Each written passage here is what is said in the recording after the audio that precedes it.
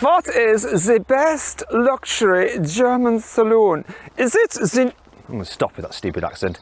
Is it the new Mercedes S-Class, the Audi A8 or the BMW 7 Series? Well, in this video, we are going to find out. I sort of look like I run a chauffeur firm and I'm about to pick up a load of celebrities to take them to the movie premiere. Anyway, I'm Matt Watson and you're watching Carwow. Buying a new car? Then head to Carwow and my team will help you find your next car at a fair price. Carwow, your one-stop car buying comparison site. Let's start this video by talking about the price, and these cars are reassuringly expensive. The most expensive one is the new Mercedes S-Class, so it starts from around £78,000. The Audi A8, it starts from around £74,000. Yeah, I know we've got the range-topping S8 version, that's because it's the only one Audi had to lend us, but let's move on and comparing the ranges, not the individual cars that we have here. The least expensive car, but still quite expensive, is the BMW 7 Series. It starts from £72,000. But what really matters is the price you pay when you buy it from a dealer, and you can get discounts on all of these if you buy them through Carwow. Now, because the Mercedes is so new, the average saving is just under £4,000. However, because the Audi is older, the average saving on an A8 through Carwow is £12,000.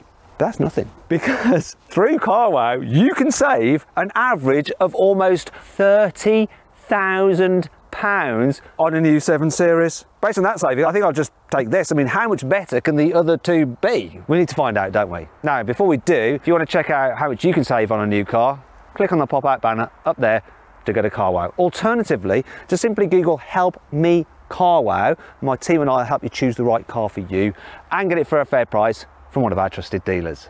Right, let's talk about these cars' design, starting with their grills, because everyone goes on about BMW and its huge grills, but actually if you look at the area they cover, I think it's the smallest here. Easily the biggest is the Audi. Its whole nose is grill. It's just that with the BMW, there's something slightly wrong about it. I think it's the way it just goes up slightly into the bonnet. The Audi, this one looks a bit better than the standard A8, because being the S8, you get some shinier bits of trim, a bit more aggressive. It's good looking. Though there's something of the basking shark about it, that huge mouth. I think overall, the best looking face is on the S-Class. It's just kind of elegant, reserved, and of course you've got this three-pointed star. There's just something about that that adds to the appeal. The best are nothing.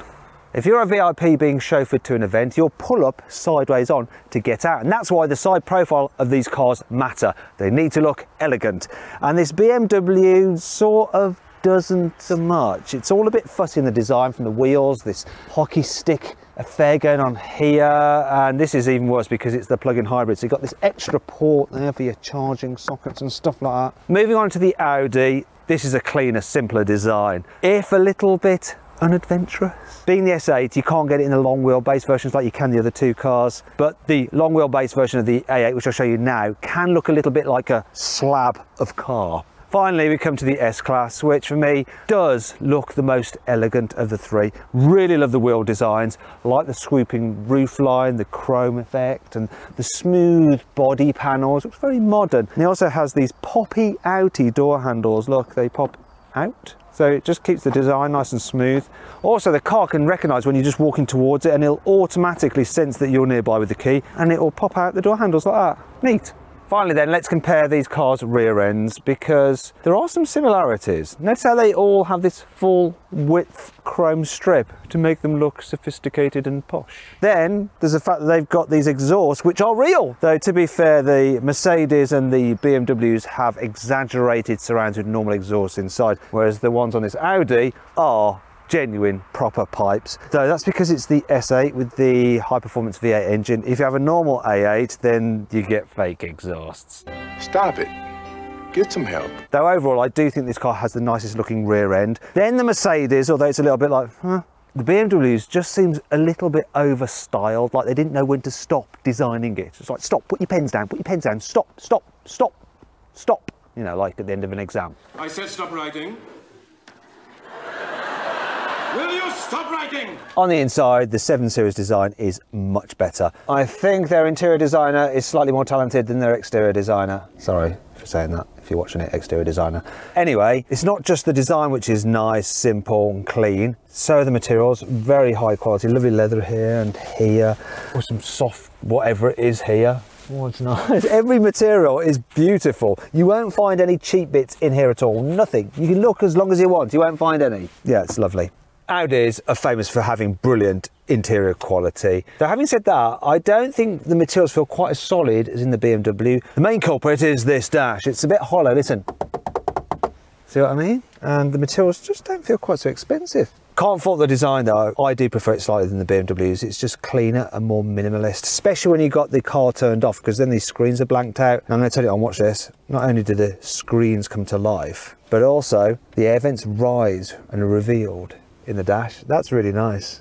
I like that. What I'm not so sure about though is what the person was thinking when they spec'd this car. These weird browny burgundy seats and light headlining. It's odd. Here on the inside, the Mercedes seems even more futuristic than the Audi, and that's mainly because of these big screens you've got here. Now, I'll come back to those in a moment because I want to talk about the rest of the interior design, which generally is pretty nice and quality is good, but once again, like the Audi, the hollow dash doesn't feel quite as well screwed together as the BMW, and I have found a really nasty piece of plastic, which is right in your eye line. So yeah, look. Why did they fit that into the S-Class? Another thing I'm not so keen on are the vents up here. They sort of spoil the design, and they kind of remind me of the multiple eyes that you get on one of those jumping spiders. It's like, it's going to jump on me. This, being the range-topping version of the S-Class, has all the bells and whistles, and the seats are just so luxurious and comfortable, especially with these billows, and the steering wheel is lovely to hold. And then some cool features such as the door mirrors. If you want to operate them, you look at the door mirror, you can see where your eyes are looking, and it will activate that door mirror. I look over there. Don't have to press a button here, just look over there, and then I can move that door mirror. It's crazy. Another thing that it can do is when you put the temperature up, you get red flashing in these LED strips here to signify that the temperature is getting hotter, and then when you cool it down, you get blue flashing in there as well. Very well thought out, this car. Then there's the tech with the screens and everything, which is just insane. So Mercedes Infotainment System is absolutely brilliant, really easy to use, but there's so much you can do with it here. I could bore you senseless. But the thing about it is that it takes the tech on not only incrementally, but a whole sea change over what's in the other cars. So it can do things such as recognise when you're driving home that at a certain point you will make a phone call to your mother, and then it will automatically phone her when you reach that point in your journey. So you can be a good son. It has fingerprint recognition like that. So you press that there, reads your fingerprint, and it sets the car up exactly as you left it. It even has face recognition like your mobile phone, and that will do the same thing with face recognition. It's got all-round cameras for parking, which are brilliant and so high depth that you have no excuse for dinging your car. And if someone does ding your car by mistake, say by reversing into it, then the cameras will pick up that accident and it will actually send a video clip of that to your mobile phone just to let you know what happened. There is so much tech. Then there's main digital driver's display, which has loads of information. You can swipe through all the different menus. You can have it in this 3D view, which you can't actually pick up on camera because you need two eyes for it to work, but it's incredible. Then a massive heads-up display, which can do things like superimpose arrows on the road ahead, so you never make a wrong turn. This thing is just an absolute tech fest, and it's useful tech, it really is. The BMW's infotainment system is very good. It works reasonably well. It does pretty much all you need it to. It just looks so funny how small the screens are compared to those in the Mercedes. It's a bit like comparing an Apple iPhone 5 to a 12 Max. But graphics are sharp. It works smoothly. Pretty much does all that you need to do, apart from the digital driver's display, which is one of the most disappointing ever because it's all dark and miserable. Not the biggest fan of that. The infotainment system in the Audi is a bit more like the iPhone 10, so you've got bigger screens than in the BMW. It's no easier to use really, and having the climate down here and a touchscreen means that you have to take your eyes off the road a little bit longer to set the temperature you want. Though, as with all the cars, you can use voice commands if you prefer to do that. I do prefer the digital driver's display on this Audi compared to the BMW though. It's brighter, it's clearer, it's nice, and it does a really good job. Not quite as fancy as the Mercedes, but easily good enough.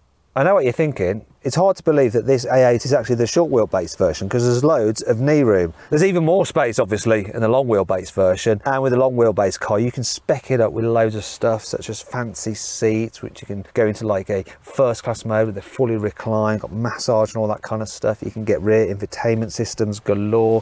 When you fold down this you can get a little tablet there where you can control various things like the interior lighting and stuff like that. It's all very clever, but this car doesn't have any of that. Now, one thing I want to show, I do like this though. Look at this. This is quality for you. Look how smooth that goes back.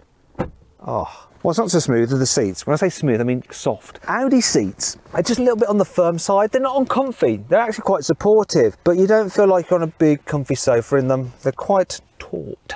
Moving on to the 7 Series, and this is the long wheelbase version, and it's well kitted out with all the goodies. Now, one thing I've noticed is that I'm getting blinded by the sun, so I'm going to shut all the blinds and everything. But before I do, look, this has some special features in the roof which allow you to shine some ambient lighting in there. Anyhow, let's darken things down, stop the riff-raff looking in and all that kind of thing.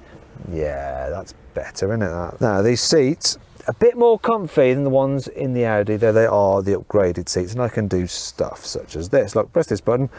I want to go into recline mode. It's not quick. Obviously, you can't do that if someone's sitting there, or if you're in a rush. The last bit is the best bit. Actually, do you know what? I might just press the massage on while I'm waiting for this to happen. There we go. Come on. Oh, that's a good little footrest, that though. Look, quite padded. Nice. Also got my massage on, I've got my feet up, got my infotainment screens there, got my little tablet which I can flop out, there we go, and control the infotainment system. Do whatever I want to do, really.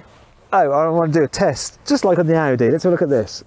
Right, that's for God knows what. I think you can get a fridge in there.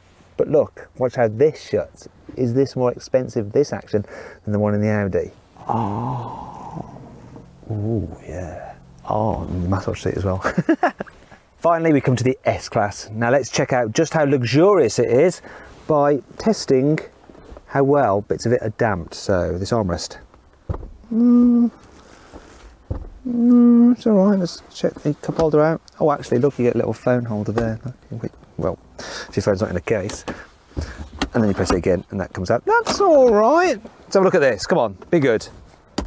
It's not so good. What about this? What? Mercedes, what have you done? I can't believe you haven't bothered to damp that. Right, that's just rubbish. This car's crap. No, I'm stopping.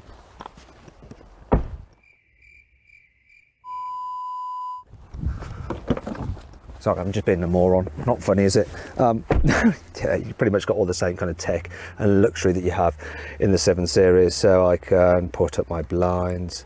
I can move this seat out of the way, go full business class mode. Takes a while, like in the BMW. And to be fair, if you have it in the Audi, it's a similar story. Now let's just check out whether I can get as comfy in this as I did in the 7 Series. What's it going to do? In fact, while it's doing that, I'll just get this tablet out. You can control loads of the infotainment system functions through this and interior features. I don't have the extra screens like in the back of the BMW, but of course you can pay extra if you want those. Come on, I'm bored of that now. That fits in there nice and neatly.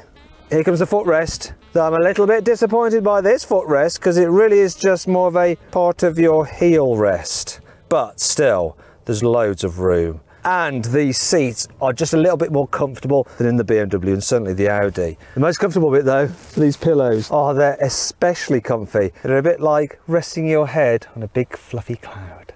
Now we need to compare the car's boot capacities, which could be quite dull, so to liven things up, I'm going to mountaineer between the boots. Yeah, so the Audi A8's boot capacity is 505 litres, though if you get the hybrid version, because you've got batteries in the boot, it reduces to 390 litres. Come on, let's see if I can make it across. Thankfully, it's quite a square boot, so it's easy to walk along. Not as easy as this 7 Series, nice big wide opening. So the boot capacity of this as standard is 515 litres, but you have the plug-in hybrid, which is what this car is. It reduces to 420 litres, so still better than the A8. Finally then we come to the Mercedes, and its opening isn't quite so big, so it's tricky to load and to mountaineer into. But once you're in, you've got the most space here. 550 litres. There's no hybrid version yet, so I can't tell you if that will reduce the boot capacity. But in the old S-Class, the hybrid had the same boot capacity as the standard car.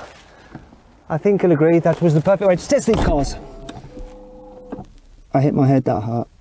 Thankfully, I've escaped from the boot, and now I'm going to drive this S-Class finally. I say finally, I've already driven it once before. It's good to reacquaint myself though, because it's a lovely thing to travel in. Absolutely lovely. The thing that you really notice or don't notice is the noise. It's so quiet in here. Mercedes has packed this car full of soundproofing. It's just serene, relaxing, chilled. The seats are really comfy. The steering wheel is gorgeous to hold. The air suspension, generally it's just glorious. It's like you're just floating along. It really does feel like you're riding on air. However, it's not perfect. Over smaller bumps, and if you're going slowly around town, like the sharp edge bumps, suddenly catch it out and you get like a shimmy. It's a bit like, well, I wasn't expecting that. It's just so comfy and soft and like you're floating that why did I feel that bump? It's just not what you'd expect. And then sometimes some bad bumps really just kind of confuse it. So I was driving here today and I did this thing where I was accelerating around a corner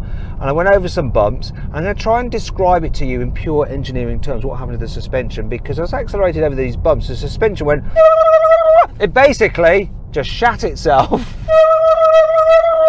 I'm sorry if that was too technical an explanation for you, but that's pretty much what the car did. It's unusual because normally, as long as the road's fine, it's so luxurious. It's only occasionally. So that's me splitting hairs on this car though. I've got to try and pull it apart and try and discern the differences between these three great limousines. One thing that I was pleasantly surprised about with this car though was the handling. So when you turn it into a bend, it does lean a bit, but you get a lot of feel through the steering and through your bottom. You can really get a sense of how it's driving. At the moment, you can only get a 6-cylinder diesel and a 6-cylinder petrol. There will be a hybrid version along. There will be a V8 and a high-performance AMG as well. So lots of choice. The gearbox in this car is really nice as well. 9 speeds, but you wouldn't know because it's very good at finding the right gear when it needs it, and it's smooth. You hardly know it's actually changing gears. Adds to the whole relaxation. Now if you want to find out more about the engines and some of the tech on the car, then I'll put a link just up there, popping out in the top right hand corner of the screen, and you can watch my full in-depth video review of the S-Class.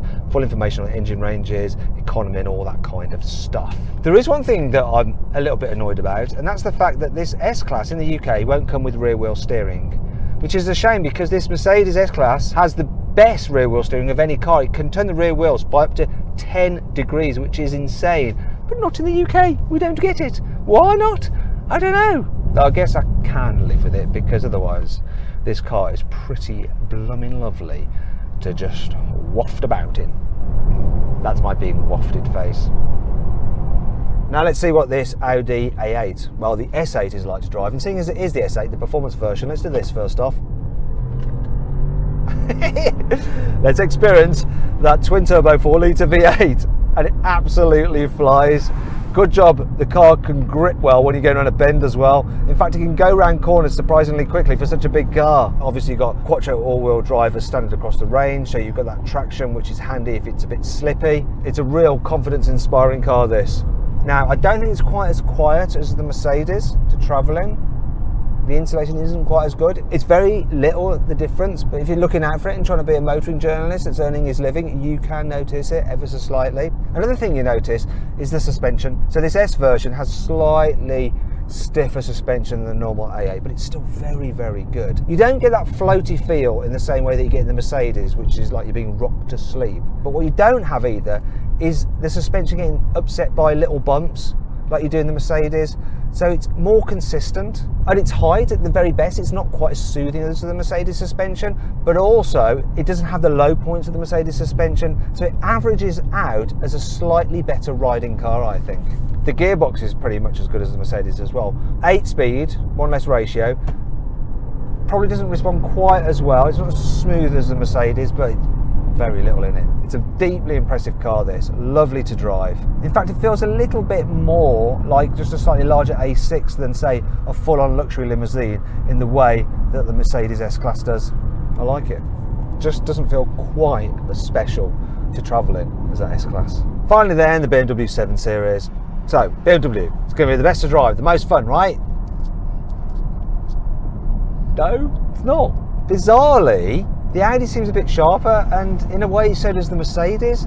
There's a slight disconnect in the driving experience with this 7 Series, and I just don't know why. It's not terrible, and it does that thing where it'll grip well, and it won't topple over in the bends, but it just doesn't seem quite as on it as the others. It's not helping that this is the hybrid, and that obviously means it's heavier than normal. Ooh, running wide there, because you've got the added weight of the batteries, but even so, the 7 Series isn't quite as sharp to drive as an S-Class or an A8. In terms of comfort, it's not far off, you know. It's not quite as soft and floaty as the S-Class, and it's not quite as polished as that A8. It's good, and it's good enough.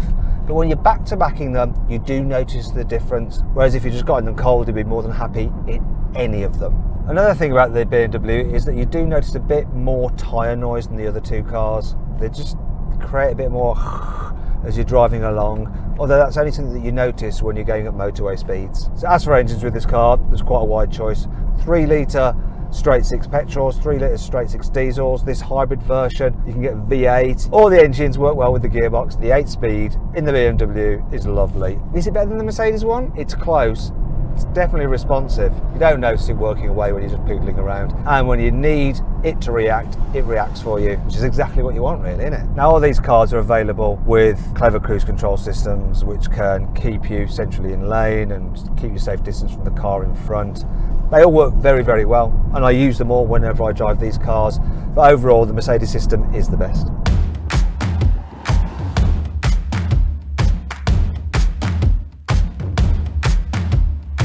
So then, what's my final verdict? Which of these cars is best? Well, it's not the BMW 7 Series because it's not quite as good as the Audi A8, which isn't quite as good as the new Mercedes S-Class, because this car leads the field in terms of luxury, technology and image, and that's why it wins this test. Though actually, if I was buying one of these cars, I'd just gone to Carwow and save almost £30,000 on the BMW 7 Series, because it's not £30,000 less good than this S-Class. So I suppose the BMW is actually the moral victor.